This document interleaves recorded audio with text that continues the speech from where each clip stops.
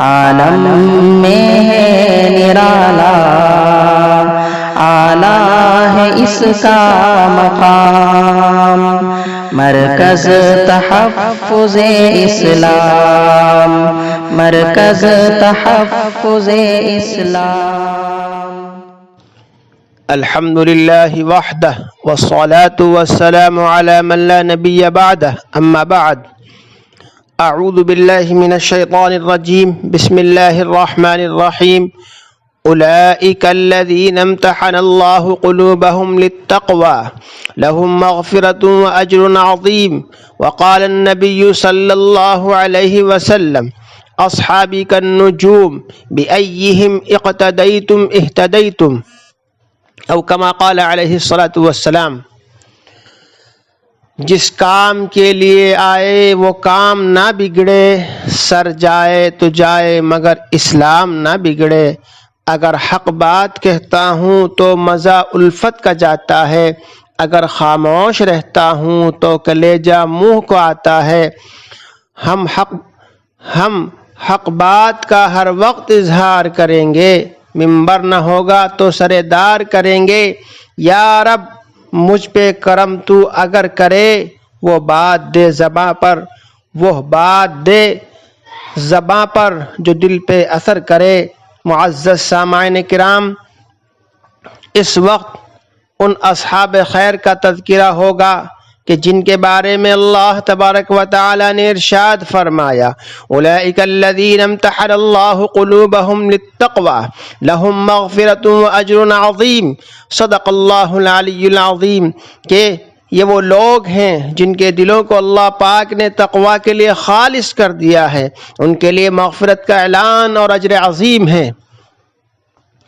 سرکار کائنات، فخر موجودات، تاجدار عرب و عجم، پاسبان حرم، ساقی کوثر، شافع محشر، امام الانبیاء، حسن حسین کے نانا جان، حضرت فاطمہ کے ابا جان، مدینہ کے تاجدار، جنت کے سرکار حضور پر نور محمد عربی صلی اللہ علیہ وسلم نے اپنی پیاری زبان سے ارشاد فرمایا: اصحابی کالنجوم بأیہم اقتدیتم اہتدیتم، کہ میرے صحابہ ستاروں کی مانند ہیں، جس کی بھی اقتداء کرو گے راستہ پا جاؤ گے۔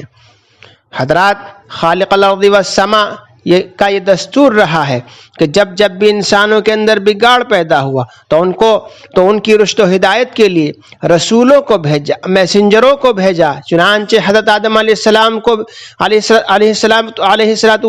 کو بھیجا، حضرت شیش کو بھیجا، حضرت نوح کو بھیجا، حضرت ابراہیم، اسحاق و یعقوب، داؤد و سلیمان، حضرت ایوب، حضرت یوسف، حضرت موسیٰ، حضرت ہارون، حضرت زکریا، اور میرے بزرگوں حضرت یحییٰ، حضرت الیاس، حضرت اسماعیل، حضرت یونس، حضرت لوط، حضرت یوشع، حضرت ذوالکفل، حضرت جرجیس، حضرت دانیال، حضرت بنیامین، حضرت ادریس، اور حضرت خضر علیہ السلام، حضرت عزیر علیہ السلام کو بھیجا ہے۔ اور اس طرح کم و بیش 1,23,999 نبیوں کو بھیجا۔ آخر میں شہنشاہ بطحا، تاجدار مدینہ، سرور کائنات، امام الانبیاء جناب رسول اللہ صلی اللہ علیہ وسلم کو بھیج کر 1,24,000 کی تعداد کو پورا کر دیا، اور ساری دنیا کے لوگوں کو بتلا دیا: اے لوگوں سنو، اب نبیوں کا سلسلہ ختم ہو گیا، اب قیامت تک کوئی نیا نبی نہیں آئے گا۔ یہ دین آخری دین ہے، یہ شریعت آخری شریعت ہے، یہ مذہب آخری مذہب ہے، یہ دھرم آخری دھرم ہے۔ یہی وجہ ہے کہ اللہ پاک نے اس دین کی حفاظت اور اس کی سربلندی کے لیے صحابہ کی وہ پاکیزہ اور مقدس جماعت تیار کی، اور اس کو چنا، اس ٹیم کو تیار کیا کہ جس نے مذہب اسلام کو زندہ رکھنے اور اس کو پھیلانے کے لیے تن من دھن کی بازی لگا دی، امن و شانتی کو عام کیا، جیسا کہ تاریخ گواہ ہے کہ ان سچے جانثاروں نے دین اسلام کی خاطر وہ قربانیاں پیش کی ہیں کہ جس کی نظیر پیش کرنے سے عالم انسانیت کا دامن خالی ہے۔ دوستو، یہ وہ صحابہ ہیں کہ جنہوں نے حکم خداوندی اور پیغام محمدی صلی اللہ علیہ وسلم کو عام کرنے کے لیے گردنیں کٹا دی تھی، عورتوں کو، بیوہ اور بچوں کو یتیم کر دیا تھا۔ یہی وہ صحابہ ہیں کہ جنہوں نے آفتاب ہدایت سے بلا واسطہ نور حاصل کیا تھا۔ یہی وہ صحابہ ہیں کہ جنہوں نے ہمیشہ دنیا پر آخرت کو ترجیح دی تھی۔ یہی وہ صحابہ ہیں کہ جنہوں نے گھر بار چھوڑ کر اللہ عز و جل کی رضا کو اپنی زندگی کا اصل مقصد بنایا تھا۔ یہی وہ صحابہ ہیں کہ جو حق و صداقت کا مجسم نمونہ تھے۔ یہی وہ صحابہ ہیں کہ جو سربکف مجاہد تھے۔ یہی وہ صحابہ ہیں کہ جن کی نعش کو فرشتوں نے غسل دیا تھا۔ یہی وہ صحابہ ہیں کہ جو موت سے نہیں بلکہ موت خود ان سے ڈرتی تھی۔ یہی وہ صحابہ ہیں کہ جن کو سمندروں نے راستہ دیا تھا۔ یہی وہ صحابہ ہیں جن کو شیر نے سواری دی تھی۔ یہی وہ صحابہ ہیں کہ جنہوں نے مدینہ سے مراکش تک اسلام کا جھنڈا لہرا دیا تھا۔ اور یہی وہ صحابہ ہیں جنہوں نے دہکتے انگاروں پر لیٹ کر دین اسلام کا پرچار کیا تھا۔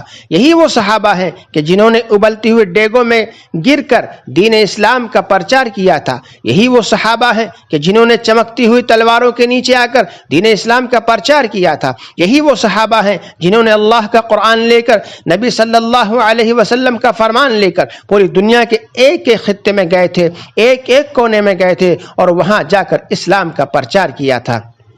حضرات، یہی وہ صحابہ ہیں جنہوں نے خندقیں کھودی تھی۔ یہی وہ صحابہ ہیں جنہوں نے فتح کو مکہ کیا، ایران کو کیا، روم کو کیا، سمرقند کو کیا، عراق کو کیا، بیت المقدس کو کیا۔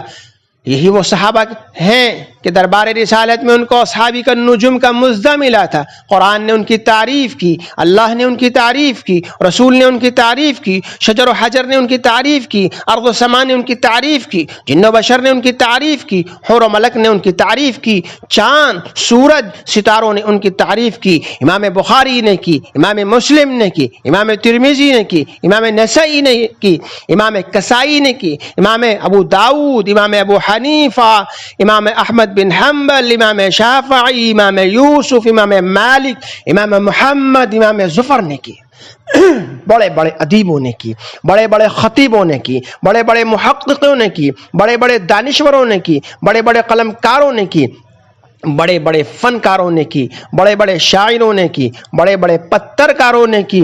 اور میرے بزرگوں، مگر اے مذہب اسلام کے سچے سپاہیوں، مذہب اسلام کے ماننے والوں اور انسانیت کو فروغ دینے والوں، آج سے 1450 سال پہلے ہی امام الاتقیاء خاتم الانبیاء جناب محمد الرسول اللہ صلی اللہ علیہ وسلم نے اپنی زبان سے ارشاد فرما دیا تھا کہ میری امت 73 فرقوں میں تقسیم ہوگی، ہر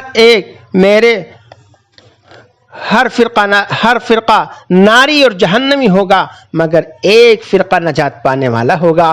نجات پانے والا فرقہ وہ ہوگا جو میرے اور میرے صحابہ کے نقش قدم پر گامزن ہوگا۔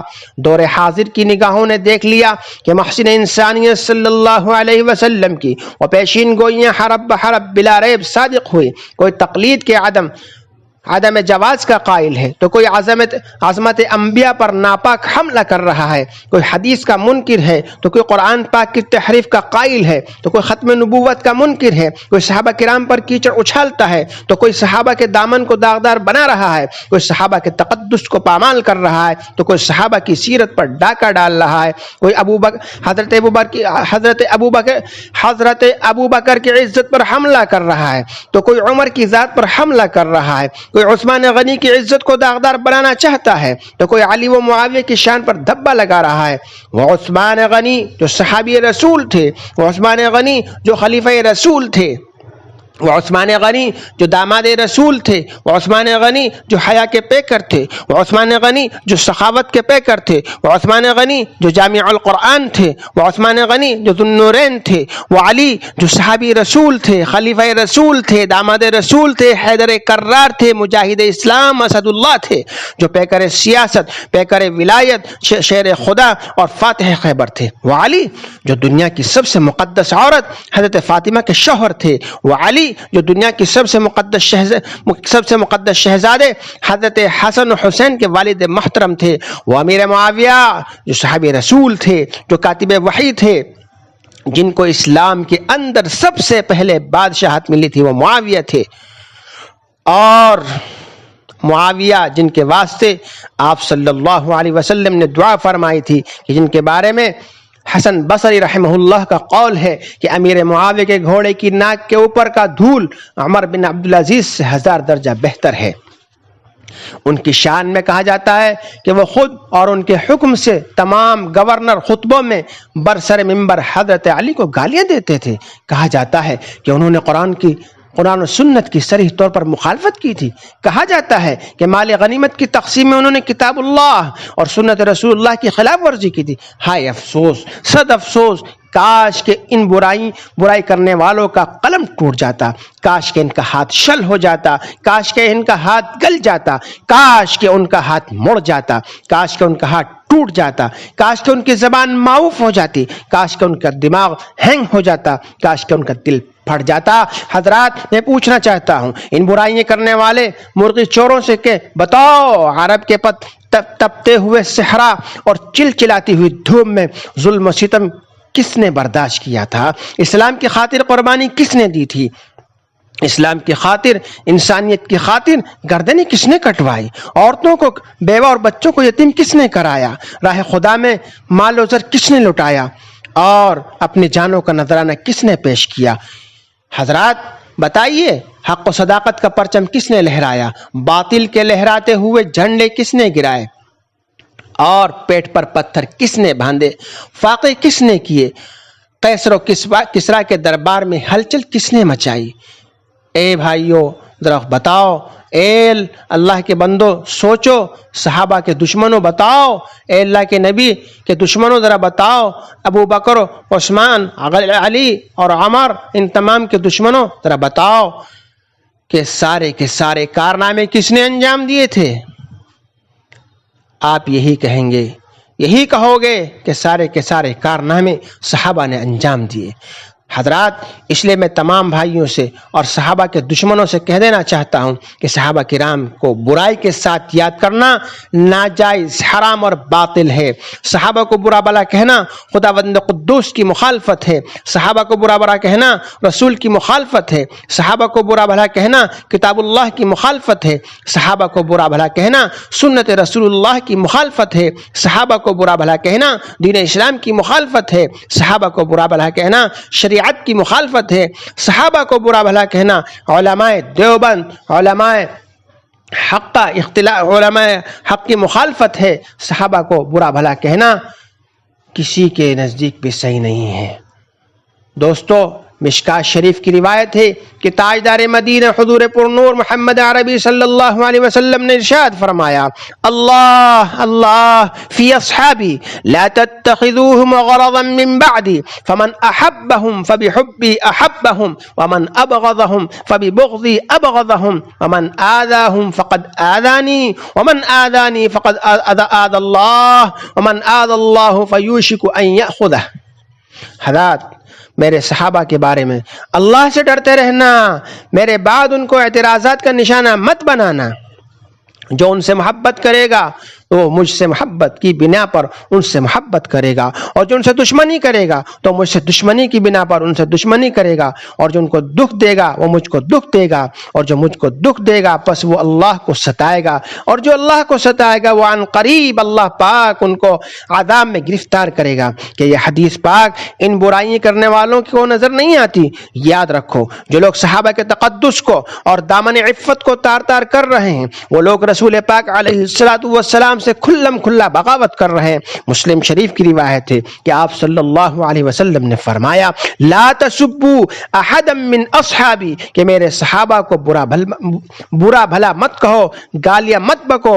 اے لوگو، یاد رکھو صحابہ کرام کی برائی کرنا ضلالت ہے، یاد رکھو صحابہ کرام کی برائی کرنا گمراہی ہے، یاد رکھیے صحابہ کی برائی کرنا تباہی ہے، یہ بھی یاد رکھیے کہ صحابہ کرام کی برائی کرنا بربادی ہے۔ اس لیے کہ قرآن مقدس حق ہے. آپ صلی اللہ علیہ وسلم کی جو تعلیمات اور احکام آپ لے کر آئے وہ حق ہیں. یہ تمام چیزیں ہم تک پہنچانے والی جماعت صحابہ کرام کی جماعت ہے، مقدس جماعت ہے، پاکیزہ جماعت ہے، ایسی جماعت جس کے بارے میں رضی اللہ عنہم ورضوا عنہ کا مزدہ ملا ہے. لہذا جو شخص صحابہ کی ذات کو نشانہ بناتے ہیں، وہ قرآن و سنت کو باطل کرنا چاہتے ہیں، قرآن و حدیث کو مٹانا چاہتے ہیں، قرآن و حدیث کو تبدیل کرنا چاہتے ہیں، دین میں نئی نئی چیزیں پیدا کرنا چاہتے ہیں، شریعت مطہرہ پر دن دھاڑے ڈاکہ ڈالنا چاہتے ہیں، شریعت محمدی کو مسمار کرنا چاہتے ہیں.